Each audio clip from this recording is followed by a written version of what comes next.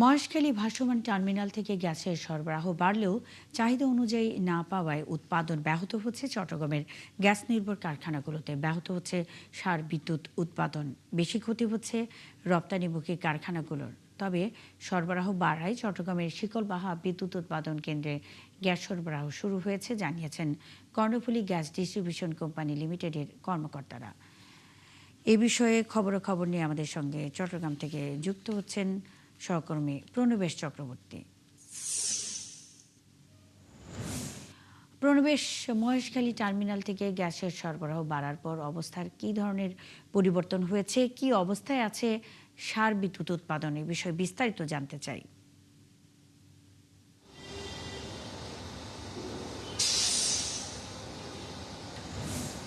মুন্নি, চট্টগ্রামের গ্যাস সরবরাহ পরিস্থিতি অনেকটা উন্নতি হয়েছে, যেহেতু মহেশখালীর দুটি ভাসমান টার্মিনাল থেকে গ্যাস সরবরাহ হচ্ছে আগের চেয়ে বেশি পরিমাণে। আগে যেমন আমি এখন ফিলিং স্টেশনে আছি, আগে যে রূপটা আমরা দেখতাম, এখানে দীর্ঘ গাড়ির সারি, চালকরা রাত জেগে অপেক্ষা করতেন, কিন্তু এখন দেখা যাচ্ছে বেশি গাড়ি নেই, চালকদেরও সে অপেক্ষা নেই, লাইন অর্থাৎ যানবাহনের কোনো সারি দেখা যাচ্ছে না, সবাই দ্রুত সময়ের মধ্যেই গ্যাস নিয়ে তারা চলে যেতে পারছেন। তো এটা একটা পরিবর্তিত রূপ আমরা দেখতে পাচ্ছি ফিলিং স্টেশনগুলো। একইভাবে বাসাবাড়িতেও গ্যাসের চাপ বৃদ্ধি পাওয়ায় আগের মতো সকালবেলা থাকতো, দুপুরের পরে থাকতো না, টিম টিম করে জ্বলতো, এই চিত্র পাল্টেছে নগর জুড়ে।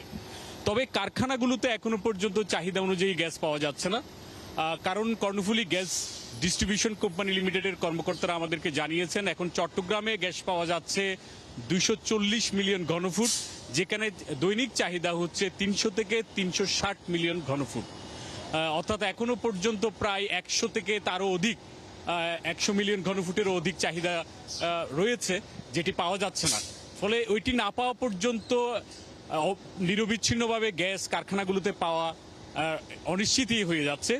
তারপর আমরা যেটা শুনেছি যে এর মধ্যেই শিকলবাহা যে বিদ্যুৎ কেন্দ্র রয়েছে সেখানে গ্যাস সরবরাহ দেওয়া হচ্ছে, দৈনিক 38 মিলিয়ন ঘনফুট গ্যাস সেখানে সরবরাহ করা হচ্ছে বলে আমরা জানতে পেরেছি।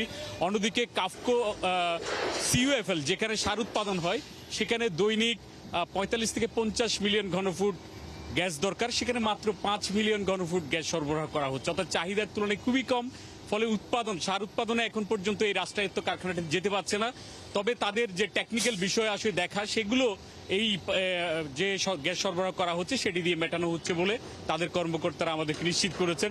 অন্যদিকে রিরোলিং এবং গার্মেন্টস কারখানাগুলোর গ্যাস নির্ভর যেসব যন্ত্রপাতি চলে সেগুলোর কাজগুলো এখানে অনেক ক্ষতির সম্মুখীন হচ্ছে বলে আরএনজি সেক্টরের যারা ব্যবসায়ী রয়েছেন তারা আমাদেরকে জানিয়েছেন। তো এটি ছিল চট্টগ্রাম থেকে গ্যাস সংকটের সর্বশেষ পরিস্থিতি। মুন্নি। প্রণবেশ, অসংখ্য ধন্যবাদ। চট্টগ্রাম থেকে গ্যাস সংকটের খবরাখবর নিয়ে প্রণবেশ চক্রবর্তী যুক্ত ছিলেন।